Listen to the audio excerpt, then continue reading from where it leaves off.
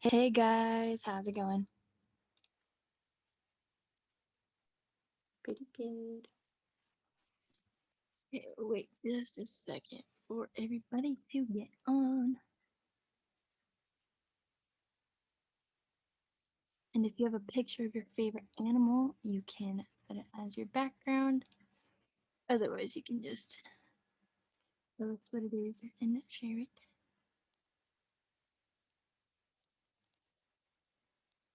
Boom. Okay, we will wait 2 more minutes and see if anyone else jumps in.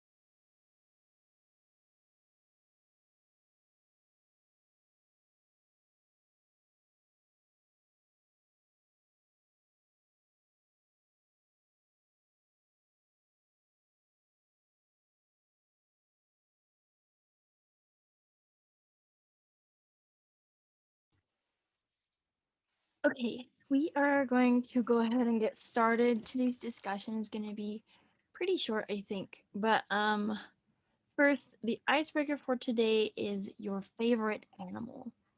So, we can go ahead and go around. I can call on you, or if you prefer, we can just do popcorn. Maybe we will do that. I will go first. My favorite animal is the Bengal tiger. I love tigers. I have loved tigers my entire life. I don't really know why. I just think that they're super cool. Um, I have a little stuffed animal pet tiger that I got for Christmas when I was like 2. And back then it was like all nice and new and fluffy. Um, and then one time, I couldn't find her, and turns out my dad had snuck her out of my room when I wasn't looking and was using her to block up a leaky vent in our house. And we found her the day we were moving out, and I was so sad. Like, I almost thought that, like, we almost left her, and I was like, wait, I literally cannot find my tiger anywhere, and we're about to leave this house forever. And then my dad was like, oh yeah, about that. So he had a stern talking to, but that was almost a disastrous day. But yeah, I love tigers. I'm going to go ahead and popcorn Abby. And Abby call. And Abby call, you can share your favorite animal and then just go ahead and popcorn the next person. Okay, cool. I was trying to do the background and it just wasn't working, but I like turtles of any kind, so I chose a tortoise.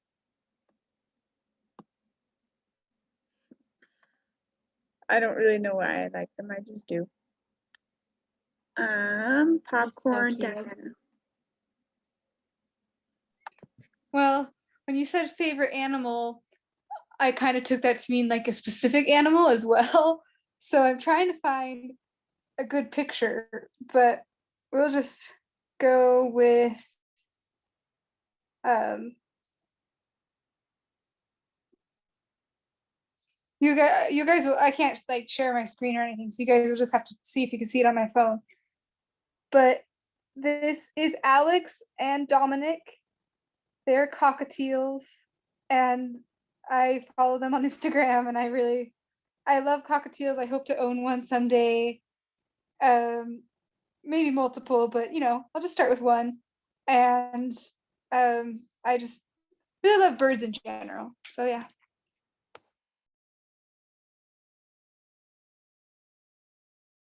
Oh, popcorn.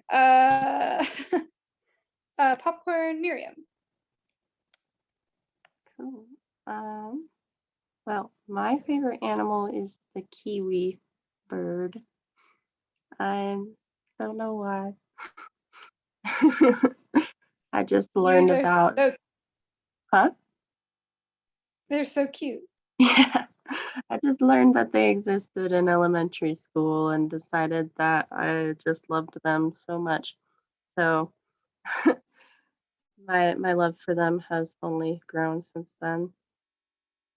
Yeah, I have an image. I could maybe do a link in the chat. I don't know if it'll work, but if you want to look at my kiwi picture, then you can. Oh wait, got a popcorn. Miranda.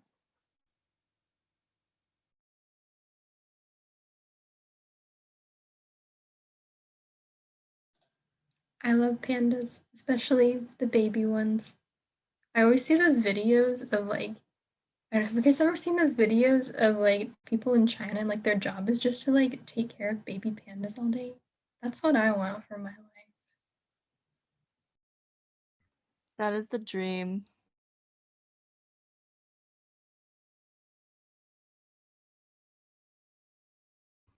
Miranda, I also love that like your name rhymes with panda. Like, did anyone ever call you Miranda Panda?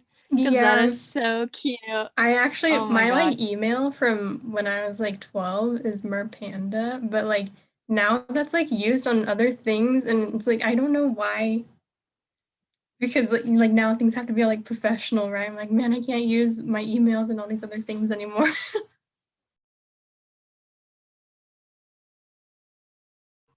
Okay, I think the last person to go is Abby Clark. Yeah. So I'm lame and technology frustrates me. So here's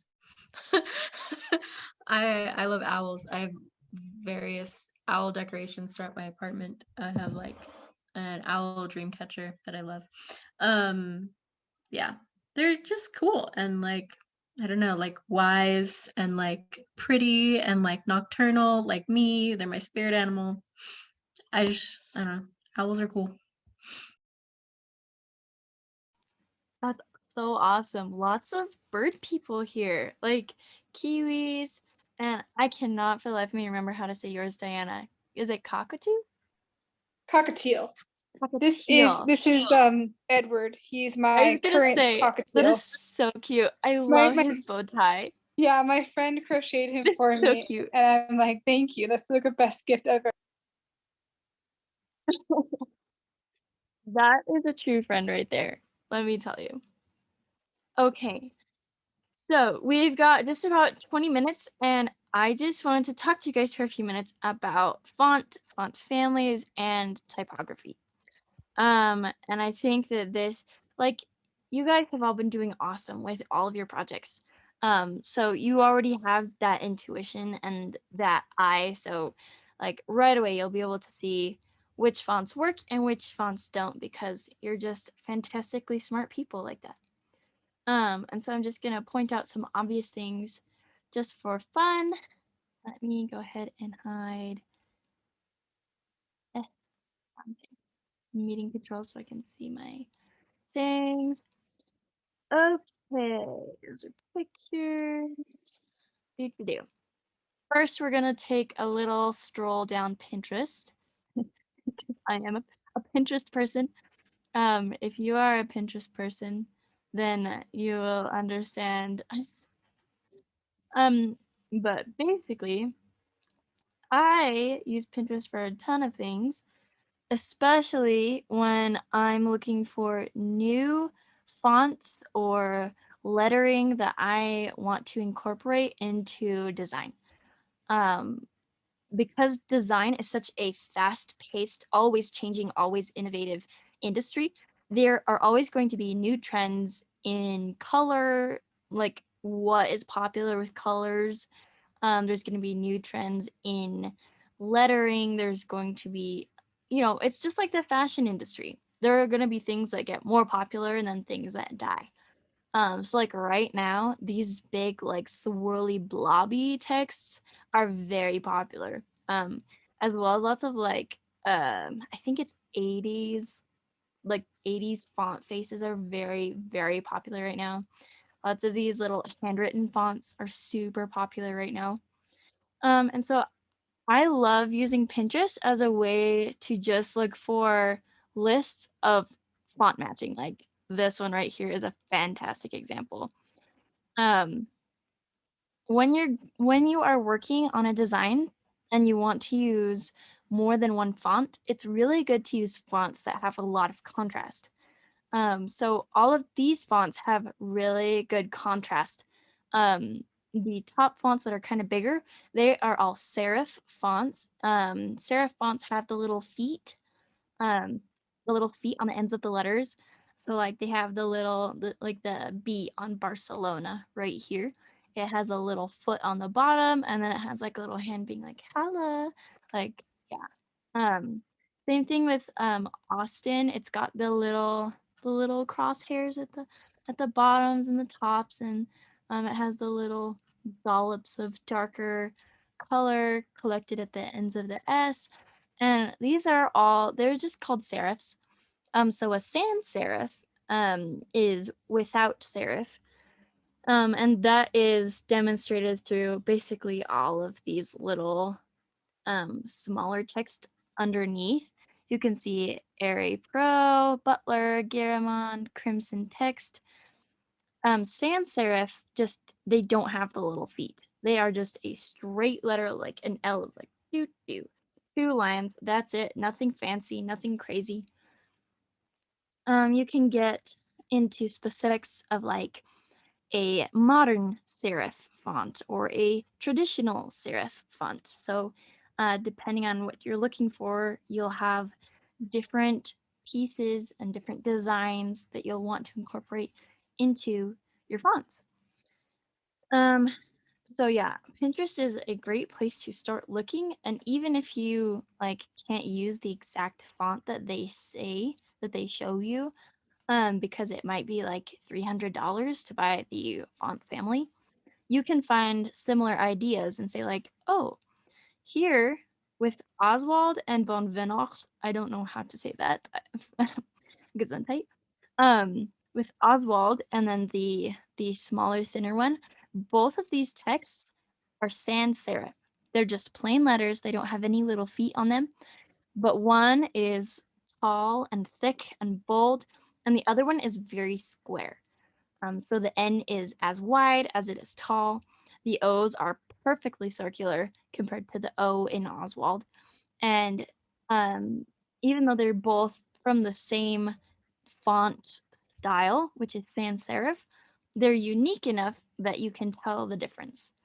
If you try to pair two different fonts that are too close together, that's when it starts getting confusing and people aren't like, surprised or amazed or like they don't find the design as meaningful. Instead, the design kind of appears like you forgot which font you were using and then you just picked another one that was similar, but you never went back and checked.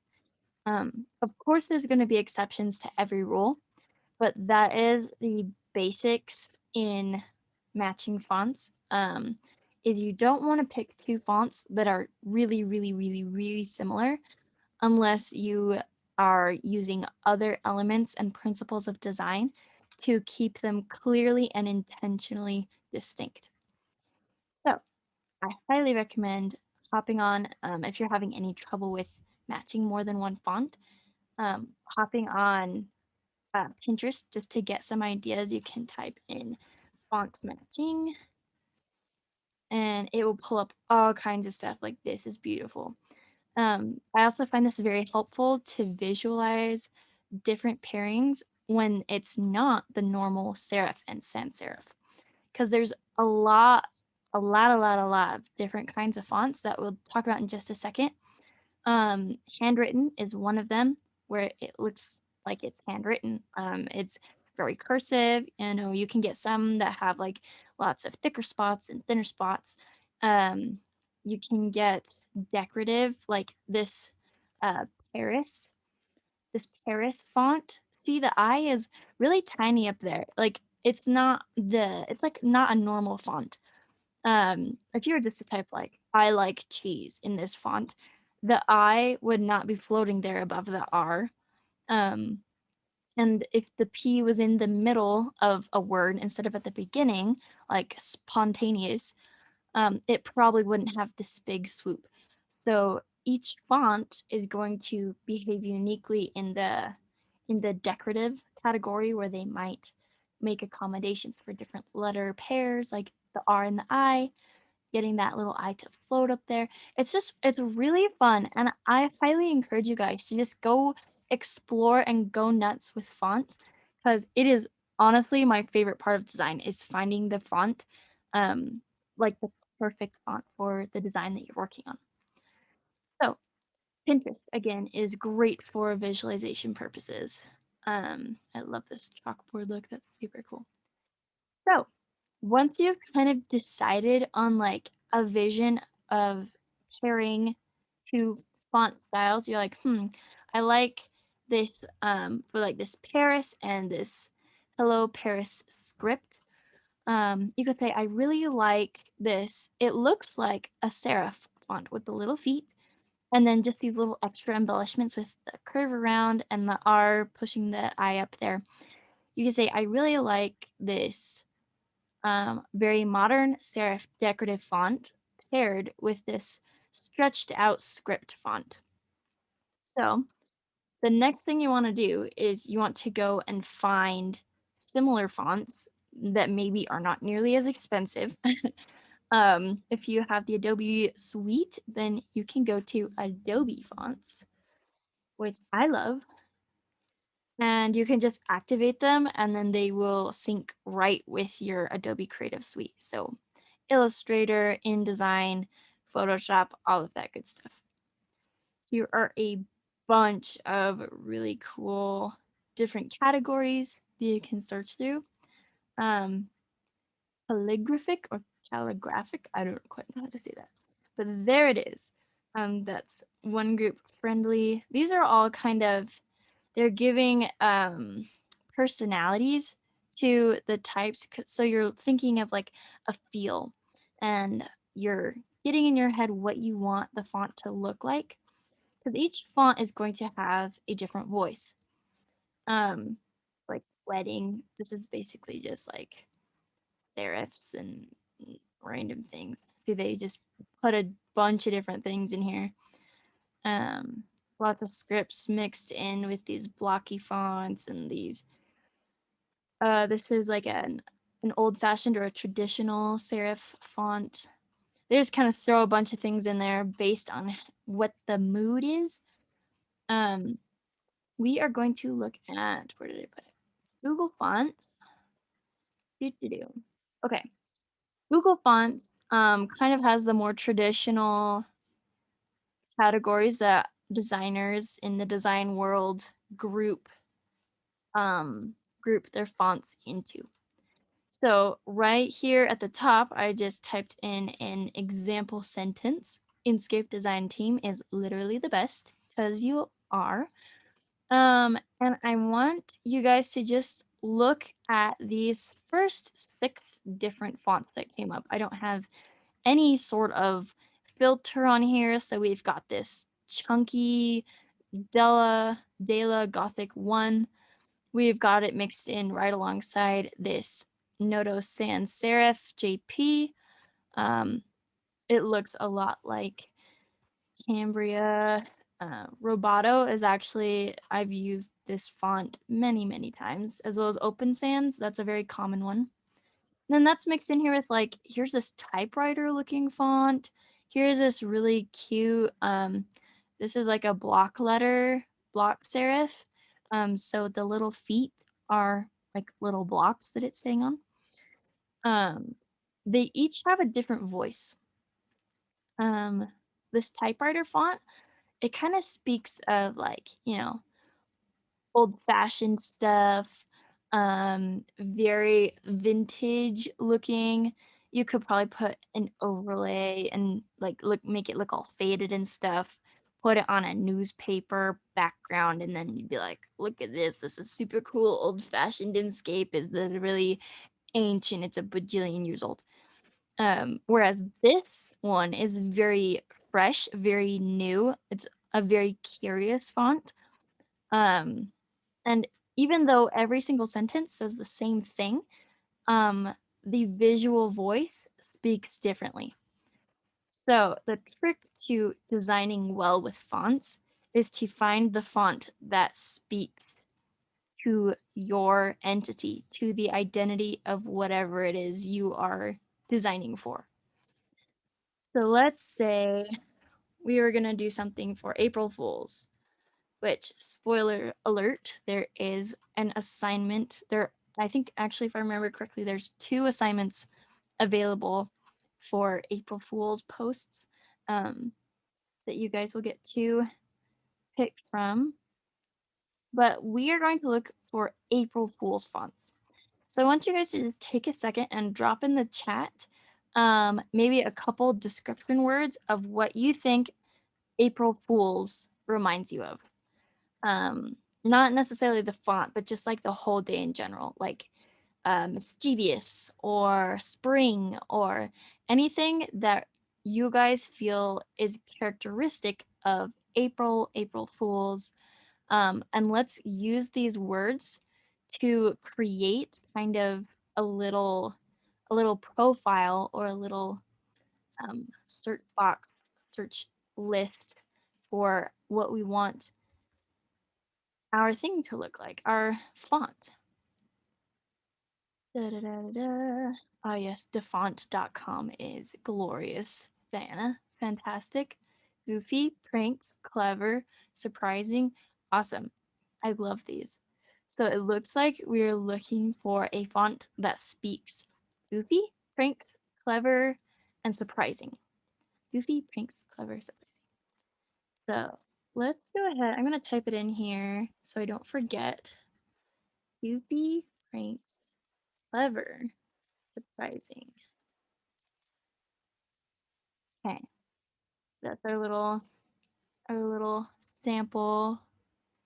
We've got all of these to pick from, but if we just started scrolling, we could keep scrolling for hours. This is like one of my favorite parts. Like I love this font, I love this font. We could just keep going. So to make it easier on ourselves, we are going to go ahead and figure out which categories might be able to more quickly help us narrow down the goofy, clever, surprising, prankster type fonts. So I'm going to go ahead and say sans serif is not what we're looking for because sans serif is pretty standard, plain letters. They're not very exciting. Monospace is very similar. Each letter takes up about the same amount of space, which is why it's called monospace. Very similar. Handwriting could be goofy. Display could be goofy. And serif is generally a little bit more formal. Serifs are really, really good for body text, for like books and things. So just for this discussion, we're going to look at display and handwriting. Now we've got just all sorts of crazy.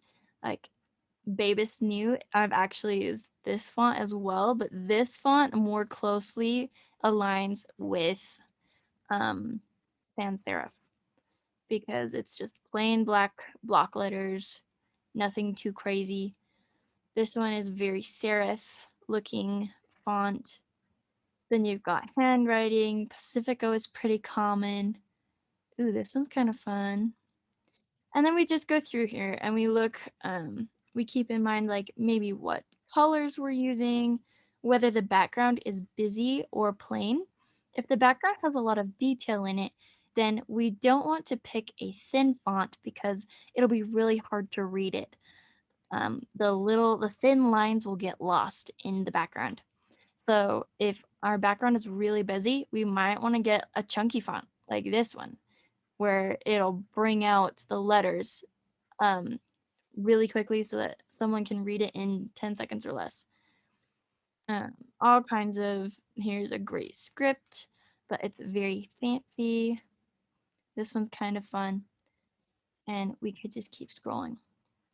So whoever ends up doing an April Fool's assignment, it would be super fantastic to spend some time just researching and looking at fonts, looking at defining those mood words that help you envision what April Fool's, like what the mood is of April Fool's and what you're trying to portray, because obviously there's always going to be more than one way to portray the same thing.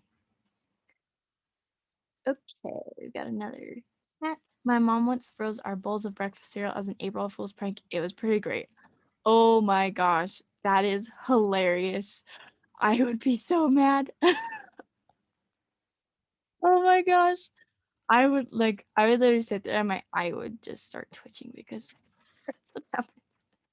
Oh my I gosh. remember how old I was, but it's a good memory. Oh my gosh. I would hold that over my mother forever. I'd be like, Mom, do you remember that one time when you froze my cereal? I'm scarred for life. Miriam's wondering, did it taste good? Like a cereal popsicle. Okay, I can see it. I can see it. But that's weird.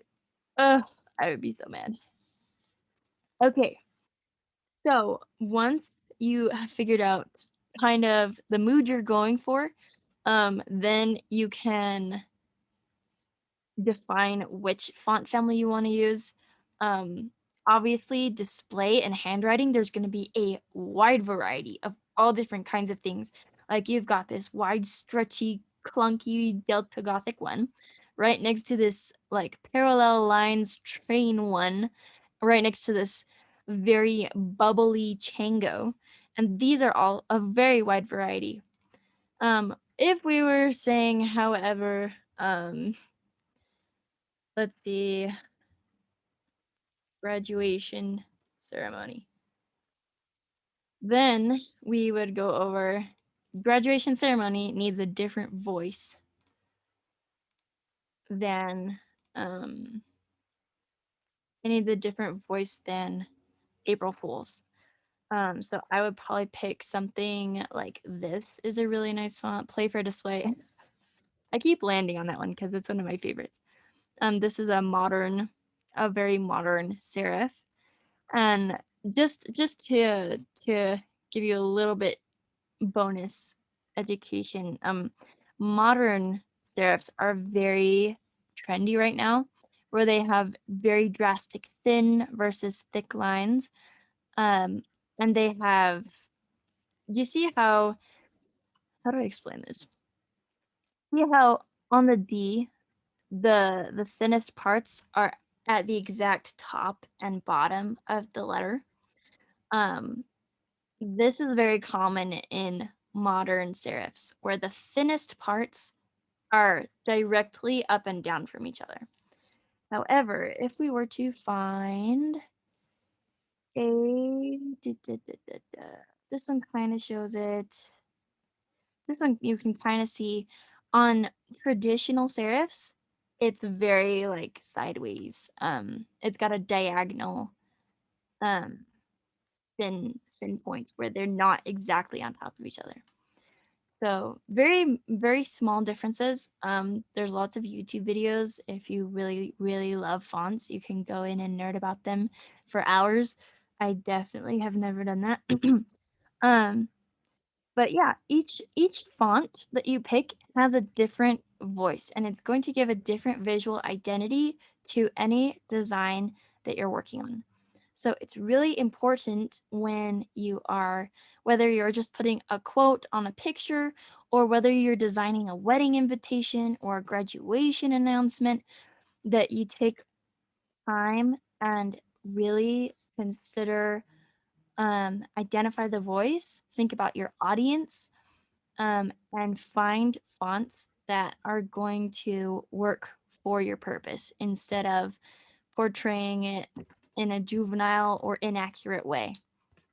Like we wouldn't want to put graduation ceremony in a childish, um, like a very round, very square font, because then we're communicating the wrong things and we get all these mixed messages and people get confused.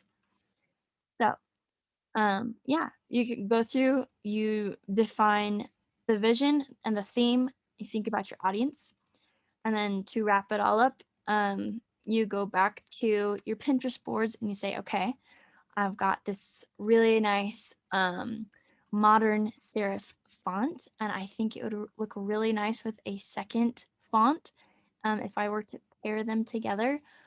And then you can go back, you can say like, okay, I've got this was similar. This is a serif with a very thin single width sans serif.